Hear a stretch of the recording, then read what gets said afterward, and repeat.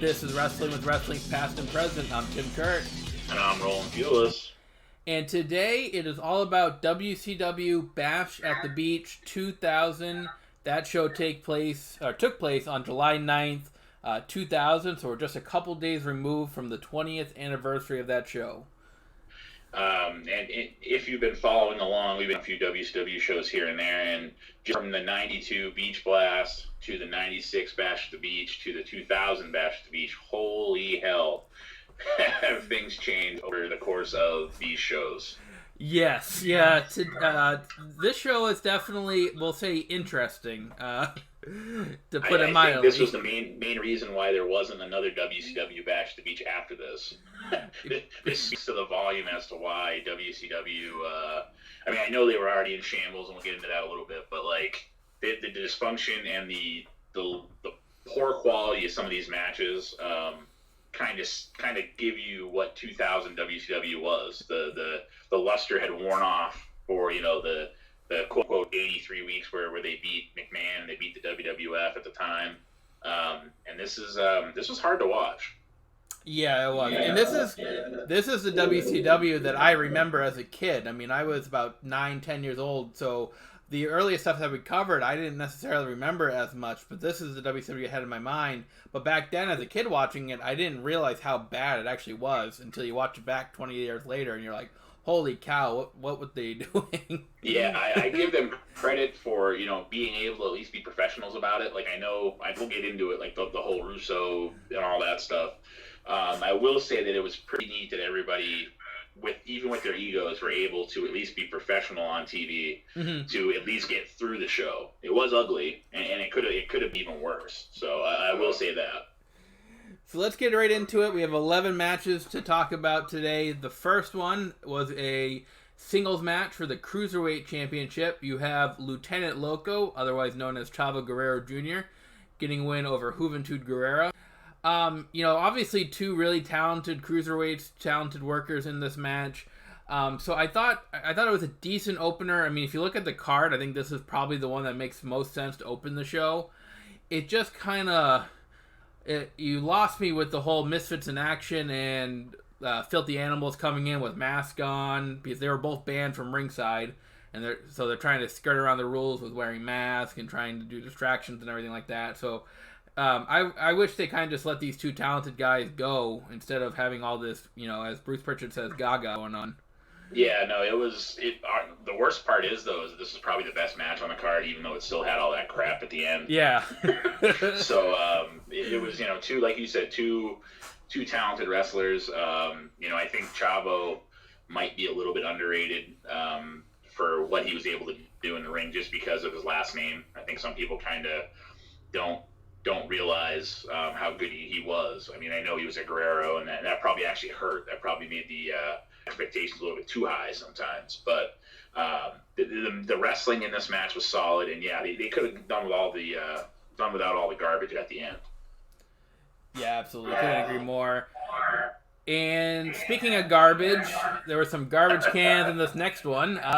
This is a hardcore match for the Hardcore Championship. It was a handicap match. You had Big Vito. Originally was going to be a mystery opponent. That was answered by Norman Smiley and Ralphus. I don't know what to say about this one. Yeah, it was. I think you have to remember, at the time, Vince Russo thought that this childish bullshit was entertaining. Yeah. And it really wasn't. It was awful. I don't know if there's any other way. And then there was one part in the match where either Scott Hudson or Mark Madden, one of the two guys, it wasn't Schiavone, that said they got the plasticware out. Watch out! They were out back, and they had plastic dishes and stuff flying around, and it's like, this is horrible. It was really, and it's too bad too, because Norman Smiley, for everything he's done, for the Performance Center, for the WWE and all that stuff, after all this, very underrated performer, I think, and this definitely didn't help any. But poor Ralphus in there. I don't even know how old Ralphus was then, but he took a friggin' beating, and clearly he's not a wrestler or trained wrestler in any way, shape, or form, because some of the stuff that Vito did to him legitimately had to friggin' hurt. It was ugly. It was. And what made matters worse, at the end of the match was a table spot, and the friggin' table broke. So, so they mentioned that they had the one leg, they had half the table up. They had the leg that broke down the ring. Yeah, it was. Forgot about that, but yeah, no, it was. There's a lot of dysfunction going on in this whole show, and this is really between the ending of the first match and then this match that showed you what people were in for. And if anybody had bought it at the time, I bet you they were regretting their purchase at that point. Yes. And there's more shenanigans going on with our next match. You have Daphne getting a win over Miss Hancock, otherwise known as Stacy Keibler, in a wedding gown match. This match was odd. What exactly was it, though? I know they said it was a wedding gown match, but, like, you had guys in the ring with no pants on. And yeah, the referee had had no pants on, and his referee shirt was tucked into his underwear. Yeah. And Crowbar comes out to defend Daphne. And Crowbar takes his pants off, so he's wrestling in his boxers. And he's choking Flair with his pants. Yeah, David Flair is with Miss Hancock.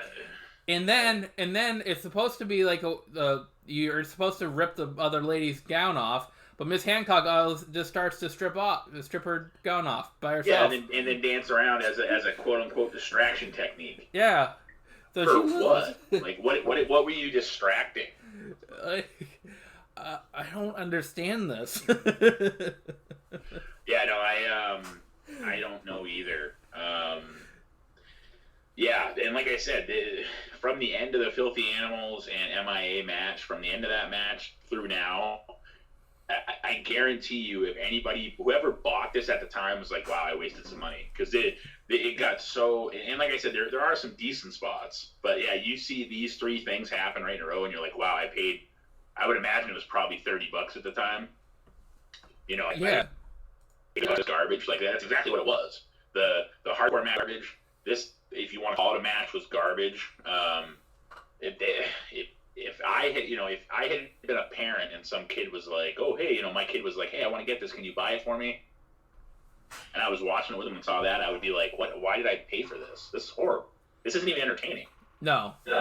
And I know it's 20 years later and it's a different time then, and we can beat it to death all we want, but those three sequences of ruining a good wrestling match and then having a hardcore match with a fat, out of shape non-wrestler, and then having this wedding gown match, which wasn't even a match. People are all naked, not wearing pants, and it was. I want to thank Vince Russo. Oh man. Next up was a tag team match for the WCW World Tag Team titles. You have Chronic, which is Bryan Adams and Brian Clark, getting a win over the Perfect Event, Sean Stasiak and Chuck Palumbo. This match wasn't all that horrible considering what we have just seen, especially in the last two matches. I mean, some of the vomit that we had in our mouths from the last couple of matches made this match look pretty good. Considering, you got to remember too, you got Stasiak and Palumbo are pretty green at the time too. So for us to even remotely say that this was pretty good shows you how bad the stuff before was. And again, this wasn't a terrible match. It's just the stuff before it was horrible. Yeah. I mean, it certainly wasn't the best match by any means. I think it was a little too long and it didn't really keep my interest all the way through.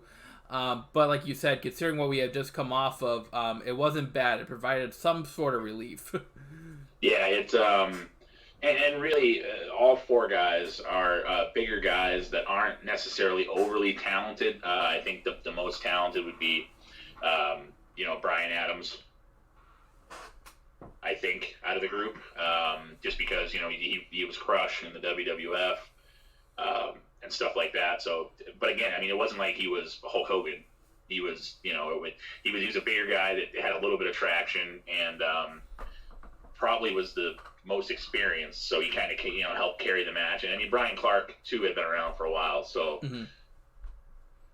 but it wasn't, like you said, it was entertaining, probably a smidge too long, like you said also, but again, compared to the wedding gown garbage and the hardcore beat up a fat old man match, it was refreshing, I guess, would be nobody would probably use that term talking about a Chuck Palumbo match. Being refreshing, or Sean Stasiak match, being refreshing, but it was compared to the stuff we just saw. Yeah. Between these two matches, did you see those guys trying to clean the wedding cake Yep. off the mats? They're like washing with water. I think they decided to flip them over. I think so. Because they were starting to pick them up and they panned away, but yeah, they're sitting there with a mop and like paper towels, and all they're doing is just smearing cake all over the place. It was hindsight being 2020, they probably should have had the cake in the rampway, so they could have not had to do this. But, it was like you said, it definitely made the show come back to actually have a little bit of actual wrestling, which was kind of nice, if you want to call it that. Again, Stasiak, Palumbo, pretty green still at the time. They were green when they went to WWF after this. Mm-hmm. So, it definitely, like you said, I think you worded it best when you said that it was, it wasn't the best thing, but it was, compared to what we just saw, it was pretty good. Yeah. Next up, you have Chris Kanyon getting a win over Booker T in about 10 minutes here. Positively Kanyon. Yes. He is doing his whole gimmick of mimicking DDP. He's the master of the canyon cutter, as pointed out by Mark Madden about 100 times during this match. It might have been more than 100. It might have been. Jeff Jarrett would interfere, hit Booker T with the guitar that allowed Kanyon to deliver the canyon cutter from the top rope and get the 1, 2, 3. It's just another match that's kind of there for me. Nothing too spectacular about it. I'm not a big fan of the Positively Kanyon gimmick, just ripping off DDP. So this one really didn't do a whole lot for me. No, and to be fair, Kanyon really never did anything for me to begin with. And any gimmick he had, he just never, the who's better than Kanyon and all that crap, and then the Positively. He had a good look. He never really connected with me either. So it's kind of a shame that they let she lose this match that way. But I mean, I get it. It makes what happens later make more sense. Yes. I guess. So let's just leave it at that. I don't want to spoil anything for what happens later, but once we get there, you'll kind of see why this made sense. And there was a spot, Kanyon was carrying that book around, mm-hmm. and it had a brick in it. So in that match, you have the brick not in the book anymore, and Booker T kind of played possum more or less. So you thought Booker T was going to get the win, and Booker T hits the bookend, Kanyon kicks out, then Jeff Jarrett strolls out and hits him with the balsa wood guitar, and the rest was history. Yeah, I thought that was a little weird. They allowed Kanyon to kick out of Booker T's finish. I didn't think that made a whole lot of sense. Man, considering we had guys with no pants on a couple segments ago, I'll take it. Yeah, that's true. Next up is a singles match, the United States Heavyweight title. Mike Awesome going to get a win here over Scott Steiner by disqualification. The whole deal was Ernest the Cat Miller, who's the commissioner here at this time, banned the Steiner recliner as an illegal move. Scott Steiner refused to abide by that rule and put it on Mike Awesome. Therefore, he was disqualified and stripped of the title. But Mike Awesome didn't win the title. Scott Steiner was just stripped, which even the announcers were kind of confused about that. So there's a lot of confusion going on with this whole thing. And really, for what it was with the two guys that were in the ring, it wasn't a terrible match. No. Again, same kind of concept of two bigger guys. Steiner, as he got bigger and older, kind of got slower and wasn't the guy that used to do Frankensteiners anymore. But this was still a little bit before that time where he wasn't, like when he came back for WWE after this, and he was kind of slow, and that infamous spot where he tries to jump off the apron and kind of falls in WWF that they show a lot in bloopers and stuff. He wasn't quite there yet, so he could still go. And I think Mike Awesome, he was a former ECW heavyweight champion. Mm-hmm. So I think there was some traction there. Again, it was more Gaga though. It was they weren't, they just didn't let the guys wrestle. It's a wrestling pay-per-view. Let the guys wrestle. Yeah.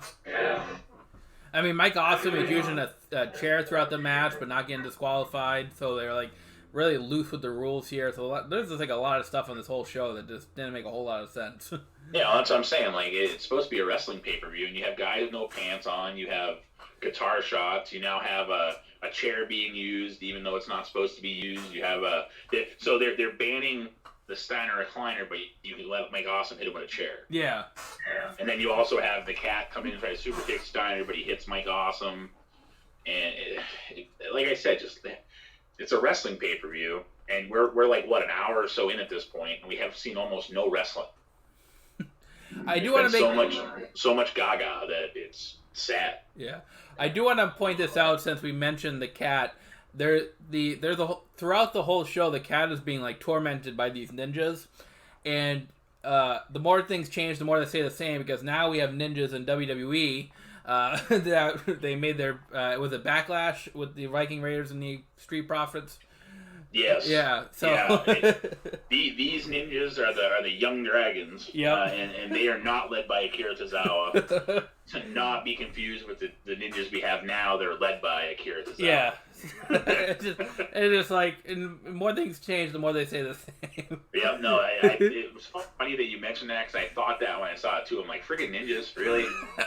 It's almost like Bruce Pritchard was watching this, or something that maybe he I know somewhat recently Conrad covered this show with Tony. Mm-hmm.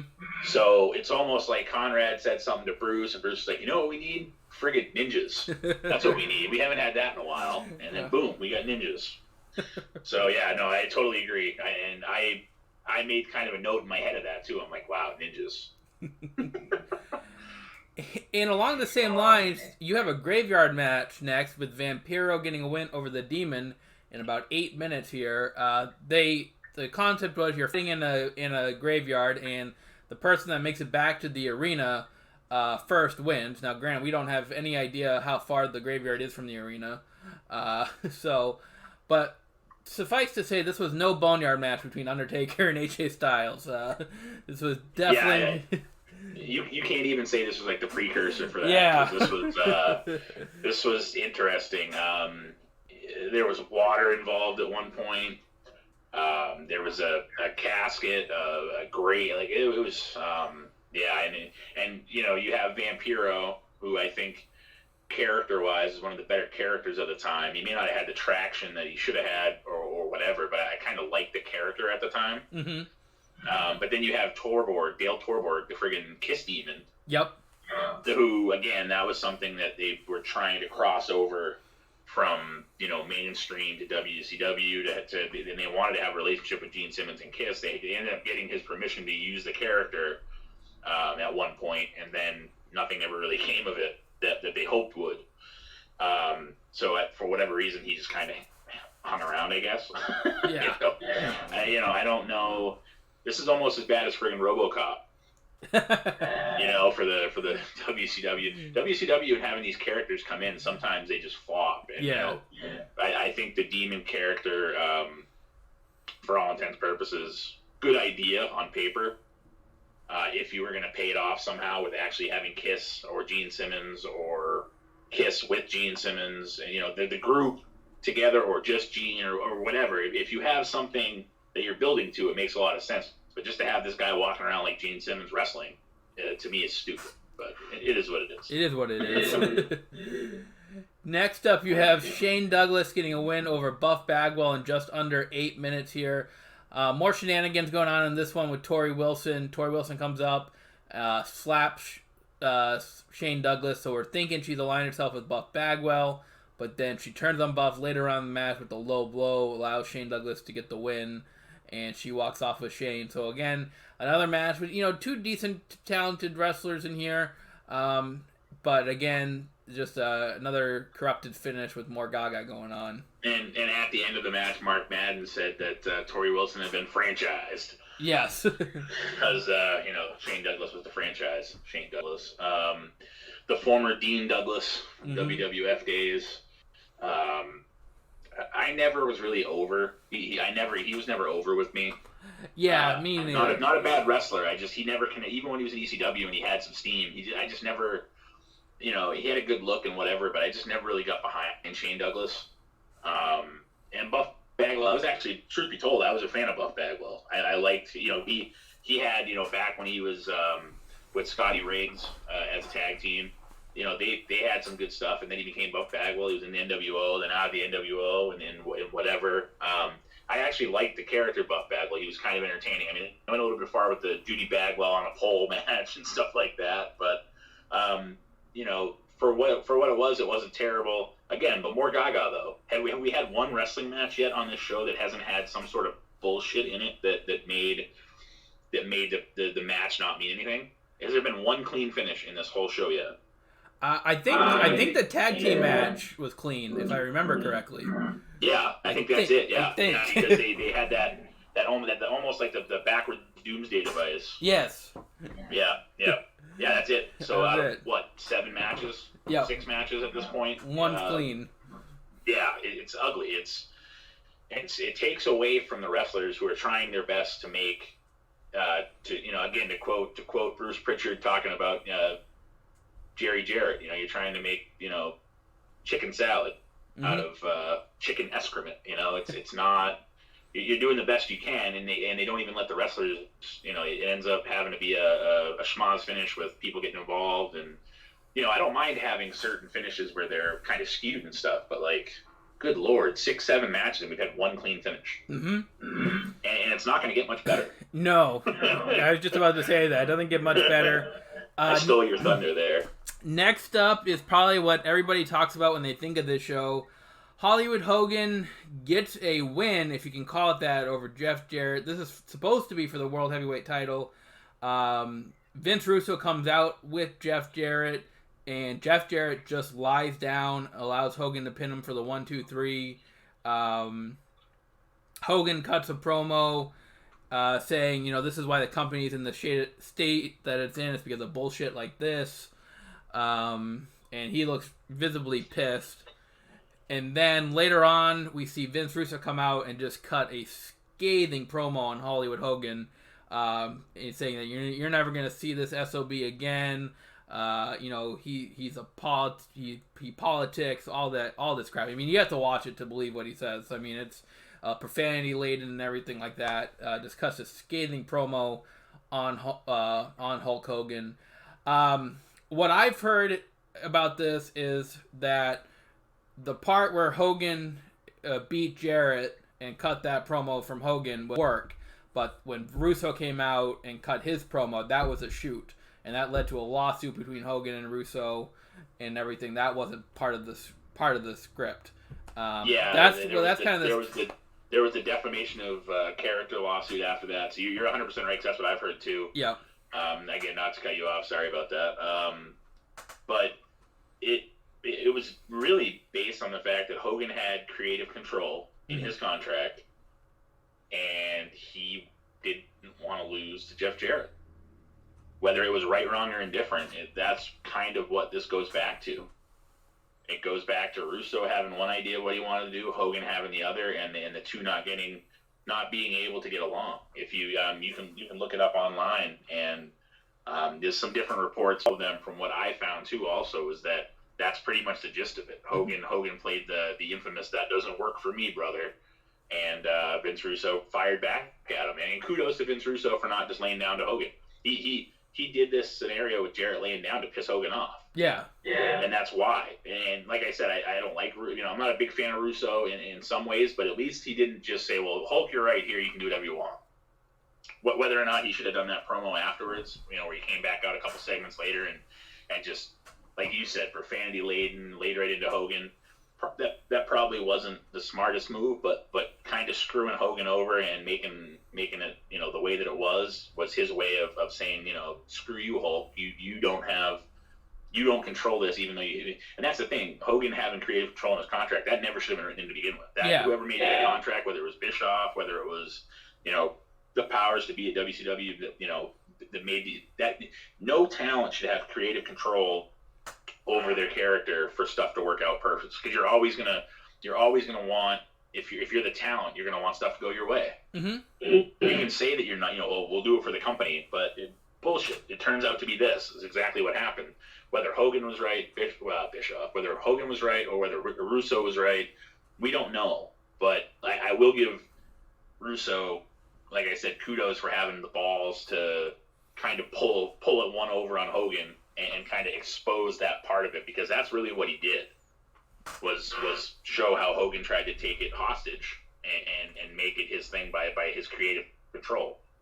So it definitely, like you said, like if you read stuff online, it's conflicting reports, but they all kind of come back to what you had said and what I had said. Kind of that's pretty much the gist of it, really, from what we've heard. Yeah, I mean, if we usually on these things pick one match to go back and watch of the show. I don't know if there's one match I would recommend you watch, but I would recommend you watch the Vince Russo promo. Maybe watch the Jarrett segment so you see what we're talking about. Yeah, and then watch you can even listen to the Hogan, the Hogan promo. Yep. Just so you get an idea. But yeah, definitely watch. It's like you said, it is one of the most raw things, because I don't think, like you said, it wasn't scripted. Nope. And if it was, and if it was, hypothetically, it was Russo that scripted it for himself anyways. Yeah. So, and like you said, it turned into a lawsuit. Hogan filed a lawsuit, and then that was actually the last time you saw Hogan in WCW. It was. That was it. That was it.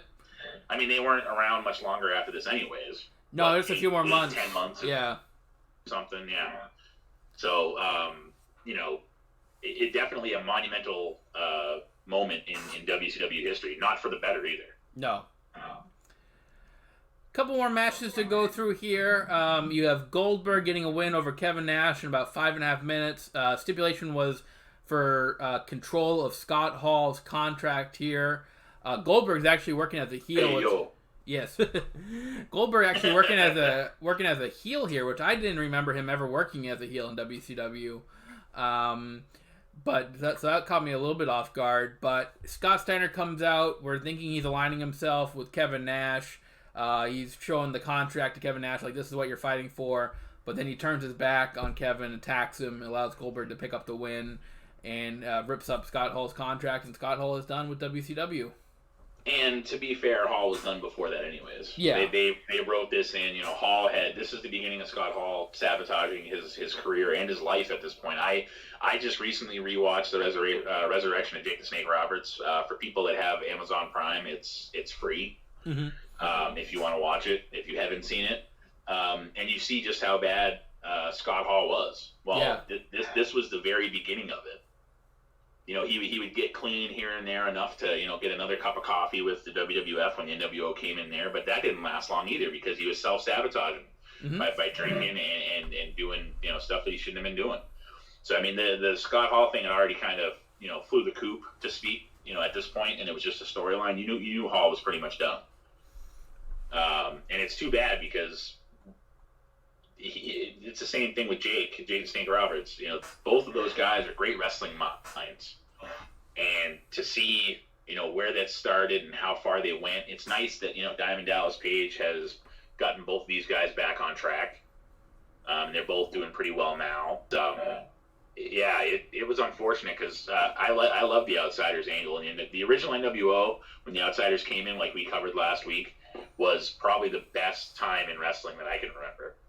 Between that and then DX coming in, and that was all the same time. Mm-hmm. And to see, just 4 years later, Hall kind of, have some vices that gets himself in trouble and have this happen, it's just unfortunate. Yeah, no, I agree with you more. I mean, he definitely a struggle. Luckily today, though, it seems like he's turned his life around thanks to DDP, like you said. Yeah, him and Jake for like I said, I invite anybody that hasn't seen the Resurrection of Jake the Snake Roberts. Like I said, it's free for Amazon Prime users. Cheap plug for Amazon Prime. Yes. And it's a great. If you watch this and at the end don't cheer up a little bit, you're not a wrestling fan. Mm-hmm. I'm not even afraid to say that it's an emotional movie. Diamond Dallas Page, has.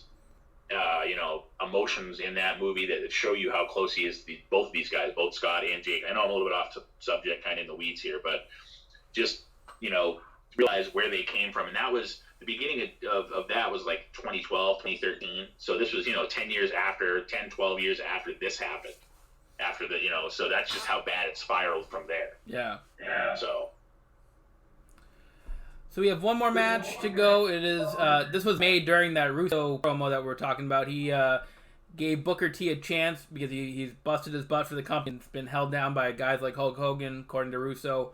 So he gave Booker T a chance for the World Heavyweight title against Jeff Jarrett. They put the belt back on Jarrett. They still recognized him as a champion. They didn't count that win that Hogan had. Again, that's all back in the Russo promo. So that's your main event here. Booker T getting a win over Jeff Jarrett to win the World Heavyweight title. I thought it actually was a pretty good match, all things considered, especially taking this whole show in general into consideration. I thought it was a decent main event. Happy to see Booker T get a win here, and great guy. But I thought him and Jarrett put on a decent closure for the show. Yeah, at least they closed on a high note. Yeah, like you said, it would have been if Russo was the last thing that happened was that promo of Russo, people would have been even more pissed. Mm-hmm. But of all the stuff that we watched, we're on episode 32 here on our show, and this had to be the hardest thing to watch. Yeah, this whole show was, even though I kind of knew what went down, to go back and watch it. I honestly wouldn't recommend this show to anybody.